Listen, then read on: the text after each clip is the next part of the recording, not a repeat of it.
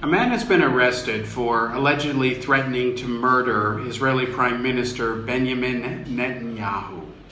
Not much more information has been released by authorities. He is obviously undergoing questioning.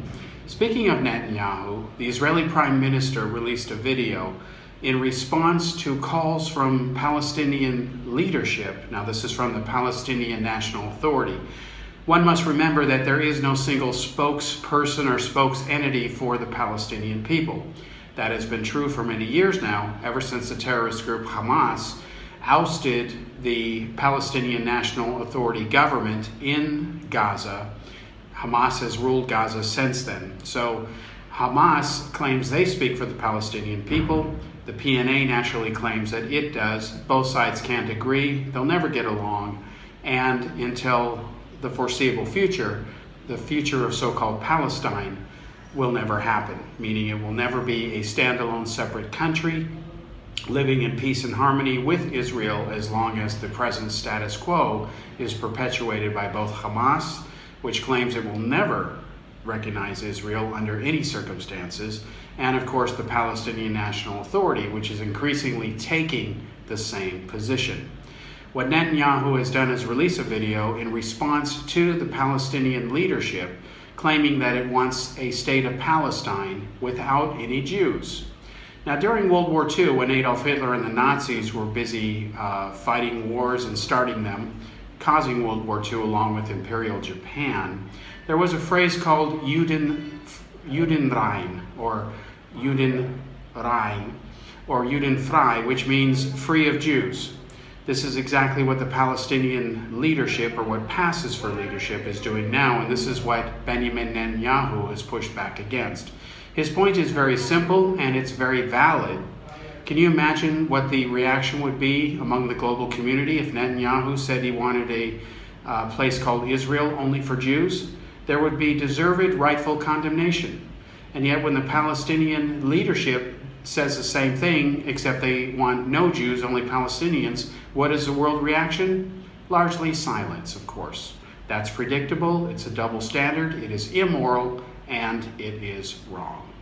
I'm sure many of you have heard the claim that Jewish communities in Judea, Samaria, the West Bank, are an obstacle to peace. I've always been perplexed by this notion, because no one would seriously claim that the nearly 2 million Arabs living inside Israel, that they're an obstacle to peace. That's because they aren't. On the contrary, Israel's diversity shows its openness and readiness for peace. Yet the Palestinian leadership actually demands a Palestinian state with one precondition: no Jews. There's a phrase for that. It's called ethnic cleansing. And this demand is outrageous. It's even more outrageous that the world doesn't find this outrageous. Some otherwise enlightened countries even promote this outrage. Ask yourself this: would you accept ethnic cleansing in your state? A territory without Jews, without Hispanics, without blacks? Since when is bigotry a foundation for peace? At this moment, Jewish school children in Judea, Samaria are playing in sandboxes with their friends. Does their presence make peace impossible? I don't think so. I think what makes peace impossible is intolerance of others. Societies that respect all people are the ones that pursue peace. Societies that demand ethnic cleansing don't pursue peace. I envision a Middle East where young Arabs and young Jews learn together, work together, live together, side by side, in peace. Our region needs more tolerance, not less. So the next time you hear someone say, Jews can't live somewhere, let alone in their ancestral homeland, take a moment to think of the implications. Ethnic cleansing for peace is absurd. It's about time somebody said it. I just did.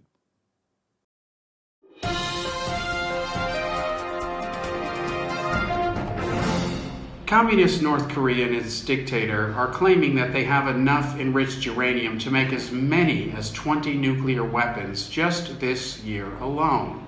Whether this is really true or it's just more bluster nonsense from this backward Stalinist communist regime remains to be seen.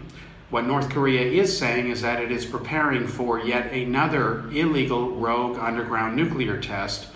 If they move forward with it, it will be the 6th known such test ever since North Korea decided to violate the terms of the Non-Nuclear Proliferation Treaty, or NPT.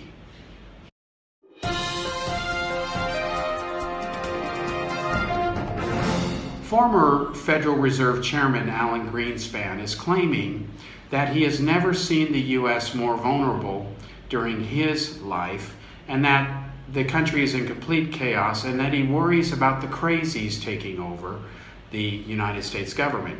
Perhaps he's referring to the Republicans and the Democrats. After all, they are the only two political parties who are busy running the country into the ground. Polls indicate that most Americans are disillusioned with the two-party system. They want a viable third-party alternative, which is long overdue. They should have realized this in the late 1990s. And most voters, unless they change their minds, according to the polls, are going to sit out the election because they just don't care. They're not excited by the prospect of Donald Trump becoming president, nor are they excited about Hillary Clinton, who has long lagged in the excitement factor, if you will, unlike 8 years ago when she famously ran against Barack Obama and lost. So it turns out that of those who will vote, the independent voters, which Trump has a lead in among them, and those who would likely vote for Trump are more committed than those who claim they want to vote for Hillary. That's potentially scary for Hillary's supporters because it is eerily similar to the political dynamics that caused the country of Great Britain to vote to leave the European Union. If you look at that referendum which was held, the people in London voted with a majority to stay in the EU, while the people outside London, they outnumbered those in the capital city, decided to leave. The weather was really bad that way. That day there was torrential rains. So those who were really committed to voting, determined to leave the EU, went out and braved the weather conditions and then voted to leave, and they won. They barely won, but they still won. Britain is still in the process of figuring out how it's going to gracefully, for lack of a better term, divorce itself from the EU. Good luck with that.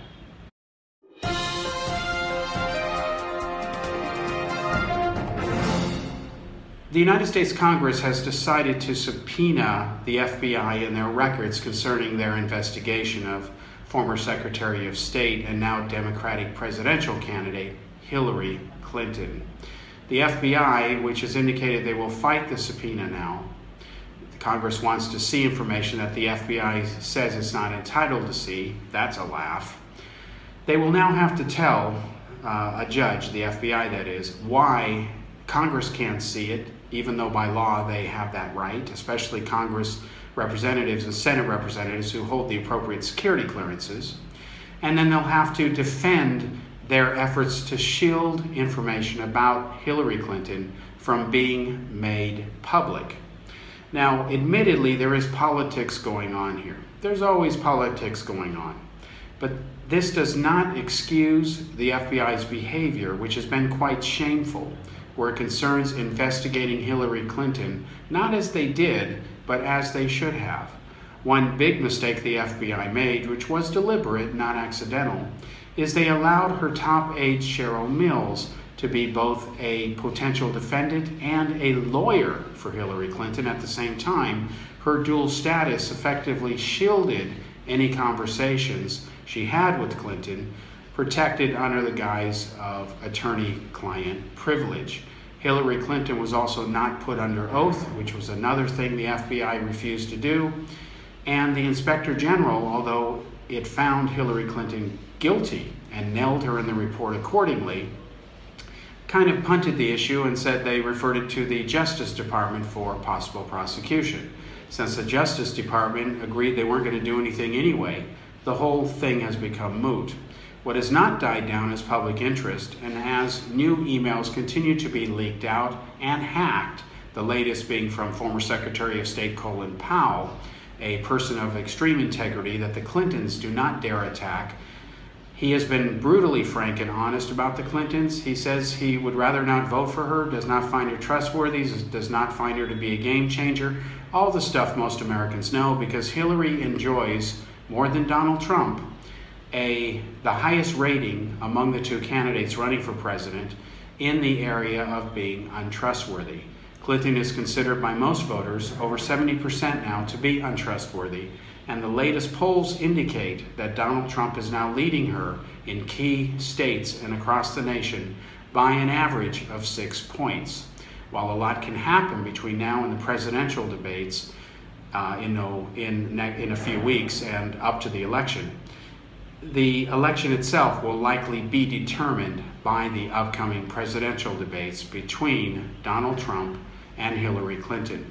Now we just have to see how fair, quote unquote, the moderators will be, and that's going to be another circus in itself.